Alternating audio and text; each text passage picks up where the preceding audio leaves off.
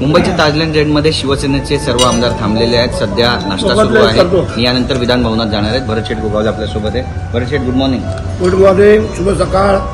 भरत शेठ, आजचा दिनक्रम काय, कशा पद्धतीनं आता सुरुवात करतो? आता नाश्त्याने.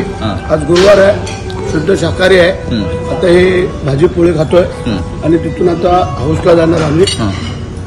काल रात्रभर आम्ही सांगितलं तर तिथं जाऊन जे काही कामकाज आहे ते उरकणार आणि सर्व आमचे आमदार सहयोगी आणि आम्ही असे सगळे मिळून आम्ही परत इथंच येणार. बरं, हॉटेल पॉलिटिक्स सध्या जोरात सुरू आहे.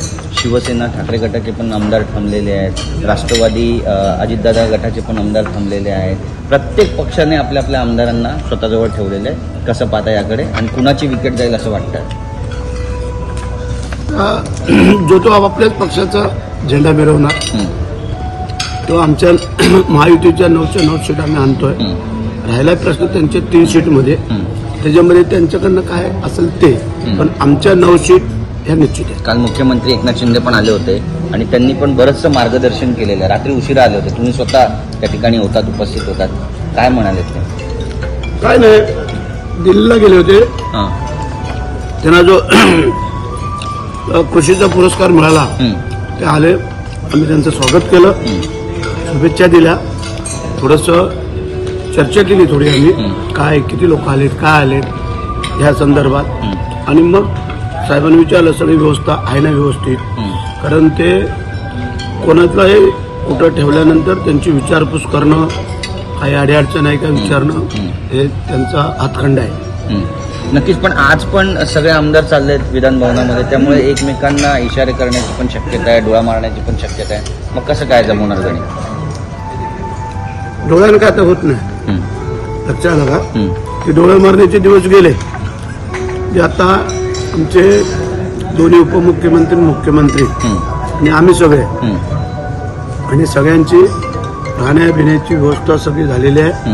आणि आमचं जे काय काल झालं की बा मतदान कोणाला कसं करायचं, कोणाला किती कोटा द्यायचा, हे प्रत्येक पक्ष आपल्याला ठरवतोय. त्यासाठीच खरं म्हणजे आम्ही इथे एकत्र आलो. नक्कीच. आपण पाहतो संजय रायमुलकर पण या ठिकाणी उपस्थित आहेत, आशिष जयस्वाल पण या ठिकाणी उपस्थित आहेत आणि महेंद्र थोरवे जे कर्जतचे आमदार आहेत ते सुद्धा या ठिकाणी उपस्थित आहेत. सगळ्यात आधी महेंद्र थोरवेंकडे जाणार आहोत. किती विश्वास आहे आपले उमेदवार जिंकून येतील याचे? महायुतीचे आमचे 9 उमेदवार जिंकून येतील हा पूर्णपणे आत्मविश्वास महायुतीच्या तिन्ही नेत्यांनी, आम्ही सगळ्या आमदारांनी एकत्रपणे व्यक्त केलेला आहे. आमची महायुती एकदम घट्ट आहे. त्यामुळे मुख्यमंत्री एकनाथजी शिंदे साहेब यांच्या नेतृत्वाखाली दोन्ही उपमुख्यमंत्री आणि सगळेच आमचे आमदार प्रामाणिकपणे त्या ठिकाणी हा विजय खेचून आणतील आणि तो विजय आमचा निश्चित आहे. आशिष जयस्वाल साहेब आहेत. आशिष जयस्वाल साहेब, काय वाटतं, काय होईल, कुणाची विकेट पडेल, कमजोरकडे कोण वाटतंय? कसं आहे की मी तुम्हाला एकदम क्लिअर सांगतो, माझ्या मताप्रमाणे निकाल एकदम क्लिअर आहे. जरी काउंटिंग व्हायची असेल, मी निकाल तुम्हाला आता सांगून देतो की कुठल्याही परिस्थितीमध्ये महायुतीच्या तर सीट निवडण्याबद्दल काही वादच नाही आहे. इथं जे 3 उमेदवार उभे आहेत तिथून त्यांना 2 निवडायचं आहे. आणि त्यामुळे ज्या पद्धतीचे काँग्रेस आणि उद्धव साहेब यांच्यामध्ये ज्या पद्धतीचं मैत्रीपूर्ण वातावरण, त्यांच्या आपसात रिलेशन निर्माण झाले आणि मिलिंद नार्वेकर कॅन्डिडेट आहे, त्यामुळे ते कुठल्याही परिस्थितीमध्ये मिलिंद नार्वेकर यांना पडू देणार नाही आणि शहीद करतील ते फक्त जयंत पाटलाला, कारण की तो अलायन्स पार्टनर आहे त्यांचा. तर ते जयंत पाटलाला 100% पराभूत करणार आहे. ते आपले वोट, आपला जीव वाचवण्याचा प्रयत्न करतील आणि त्यामुळे या निवडणुकीमध्ये काँग्रेसचा आणि शिवसेना उभाठाचा उमेदवार ते निवडून आणतील आणि जयंत पाटील यांचं ते कान करतील असं माझं प्रामाणिक मत आहे. नक्कीच. तर आपल्यासोबत संजय रायमुलकर आहेत. आता आपण त्यांच्याशी बातचीत करणार आहोत. रायमुलकर साहेब, दगा फटका होईल या निवडणुकीमध्ये असं वाटतं का? असं कुठं चित्र दिसतंय का? आणि मिलिंद नार्वेकर ज्यांना उमेदवारी देण्यात आली उभाटा पक्षाकडून, ती जयंत पाटील यांच्यासाठी अडचणीचं ठरेल का, ज्या पद्धतीचे दावे त्यांच्याबद्दल केले जाते? तिकडे आमचा जो महाविकास आघाडीचा जो काही कोटा ठरवून दिलेला आहे आणि आमच्या सदस्य संख्येनुसार आमचे 9च्या 9 उमेदवार या ठिकाणी निवडून येतील. परंतु त्यांना जे काही 3 उमेदवार समोरचे आहेत तर त्यांच्यामध्ये कोण न जवळचा कोण लांबचा आणि कोणाला नाही तर कोणाला पळायचं ही त्यांची स्ट्रॅटेजी आहे.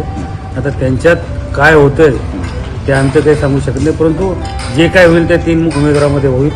एक तर मिलिंद नार्वेकरची विकेट जाईल किंवा जयंत पाटील साहेबांची विकेट जाईल असं वाटतं. नक्कीच सर, बरेच दावे प्रतिदावे केले जात आहेत आणि नेमका उमेदवार कोण विजयी होणार आहे आणि 12 उमेदवार देण्यात आले, त्यापैकी 11 जणांच्या भवितव्य या ठिकाणी ठरणार आहे. त्यामुळे एक तो व्यक्ती कोण असेल ज्याला हार पत्करावी लागेल हे उद्या पाहावं लागेल. कॅमेरा पर्सन योगेश गुरवसह गिरीश गायकवाड, TV9 मराठी, मुंबई.